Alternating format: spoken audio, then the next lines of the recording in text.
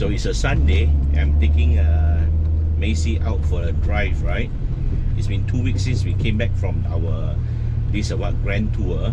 So as per the speedo, we have done about 1,000 kilometers over the 3 days, right? That was KL, Taiping, Kuala Kangsar, going to all those small areas and things along those lines. So it has been quite an adventure over there, I must say. And I put up a video about talking about the reliability, right? But I received some messages asking about the car, about Fiat Coupe, Alfa Romeos in general. So, well, I'm learning about the car and everything. I first had my Coupe about 20 plus years ago, right? So this is my second Coupe. So I'm still learning about the car. And I'll be glad to, you know, some of you have written to me to ask me, you know, you want to venture into this Italian ownership, right?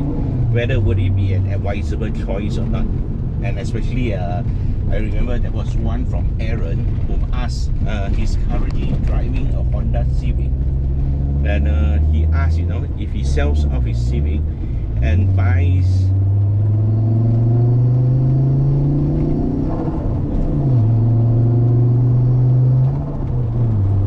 you know, you can spend hundreds of thousands on a car, right? But this the important thing is this. I mean, you get yourself into a car like this, right? That gives you a grid, you know. I call it the greedometer. It gives you a grid, and you know, makes you feel good about the whole thing, about this, about having a car. So Aaron was asking, you know, he wants to sell off his Honda Civic and to get into this Italian ownership.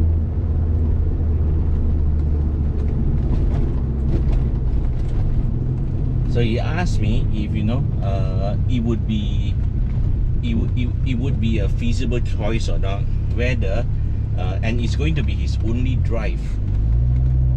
He's in his 20s. It's going to be his only drive, you know, to work, to for dating, things along those lines. So would it be reliable enough or not? Okay, so I put it this way.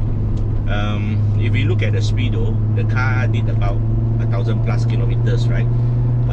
To go for the 3-day sporty ride during the grand tour. Okay, so a Honda Civic by itself, right? I would say that looking at the car choice that he has gone for, a Honda Civic is a rather sporty ride too. I know that because I used to drive a Honda Civic myself when I was in my 20s. So he's on the right track, you know. From here we know that he's probably a guy who likes, Aaron is probably a chap, right, that likes cars. He likes sporty rides. He's probably done a fair bit of tuning or modification on his cars too, because the Civic is a very easy to tune car. I don't know whether, you know, is he coming from the P16 days or the K20 days, but yeah, normally in this scenario we would have played around with the car a fair bit, right? So if you go into an Italian ownership, say like you get your hands on the Fiat Coupe like this out in the market, it's probably, you know, you have some really bad examples, then those will probably be around 20 over grand, thereabouts, Malaysia ringgit, mind you. And then you will have really decent ones at 30s and really good ones at about 40s, you know, things like that. In fact, my friend just sold off one Fiat Coupe yesterday, 45,000.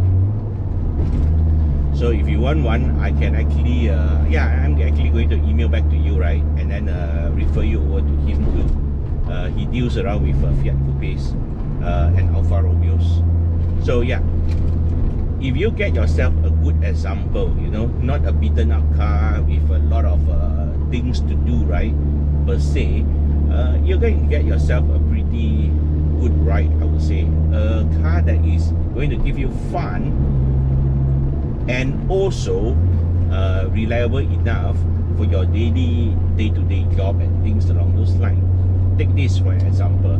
When I was looking for the Fiat Coupe from the secondary market, right, I found the best possible example that I could get my hands on. Alright, there were two in the market during that time. I went to survey a lot, quite a few examples, right? The best two belongs to either this Singaporean chap or this British chap. These two were maintained pretty well. When you get a car, try to get one that have a long-standing history with you know, with the specialist mechanics, because these cars, right, they normally the circle is very small, so we know each other. The circle is very small. We know each other, we know each other's mechanics and things like that. So check it out with the mechanics first, you know, ask about the car's condition, things like that. Like in my case, my car over the last 10 years only has two mechanics, right? Both of them are very well known in this circle. And when I got mine, you know, I checked with the mechanic. I say, you know, look, I want to take over this ride. Can you maintain on for me? So, you know, he was able to give me a very good assurance that, you know, the car is maintained very well. So once I got it, you know, I checked it out and everything was alright. But then I went for really sporty driving, right, spirited driving, and I found some weaknesses here and there. So then I review it, you know, the whole thing. We have already worked on the engine, we have already worked on the undercarriage, we have already worked on the exhaust system, all full stainless steel pipings and everything. So these are all the things that you can do. You can do it slowly or you can do it one shot, you know. And look at this lady. She was the last 133rd car to roll off the production floor in Torino, Italy. You can check that from the production numbers there. So the last 133rd Fiat Coupe manufactured in the world.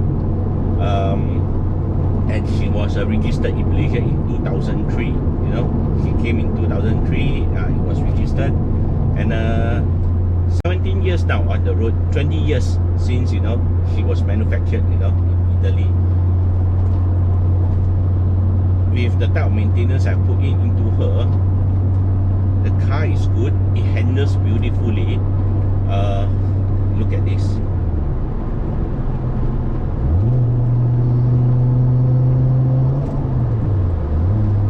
This type of gearing, right? I mean, the gear, when you push it, when you change it, right, it feels like it just roll out from the factory on day one. Why? Because all these parts, you know, cars that are 20 years old already, they will have a lot of wear and tear parts, but all the parts you can still get it new. So I changed all these things, the brackets, the whatever not, and not everything, the housing, whatever not. You do a once over, and the car, you may have to spend a bit of money, obviously. Just this year alone, I have already put in about 15k on this car now. Because, you know, during the MCO you can't travel and what's not, right? So anyway, it was supposed to be a project car. So yeah, I mean, look at this car. The pressure is good, the exhaust temperature is good, the temperature is good, everything is wow. Can they go from like this? They can. Oh my goodness. Alright, so everything is good with the car. It shows you that if you maintain the car well, ultimately it all goes back to the maintenance. If you maintain the car well, you know, the car is going to be very reliable, and you can get the parts, you know, that's the good part of it. You can get the parts. It's not like the parts are totally, you know, out of reach. You can get the parts, and the parts are not that costly, I will tell you that.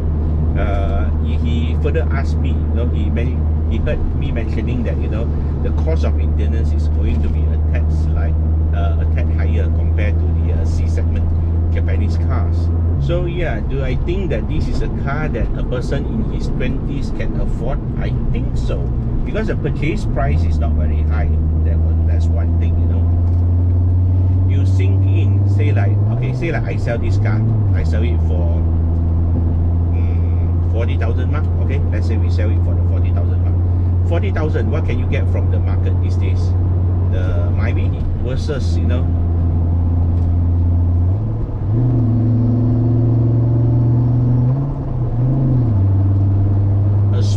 little spirited ride like this, right, where you can have fun and it goes like a stink. And you know, I changed all the suspension. They are on body now, so it is a little bit harsh, yes, but it corners like it's on rails like that, like the Mini Cooper S. You venture into the Mini Cooper S territory. So all these type of things that you can do to a car. I mean, the design is a modern classic. You put this right next to many a car, I think a lot of the car designs these days are forgettable. But if you look at a modern classic design like this, you know, the Chris Wenger design, right, it still takes my breath away, even up till to date, right? This day, 20 years later, it still takes my breath away.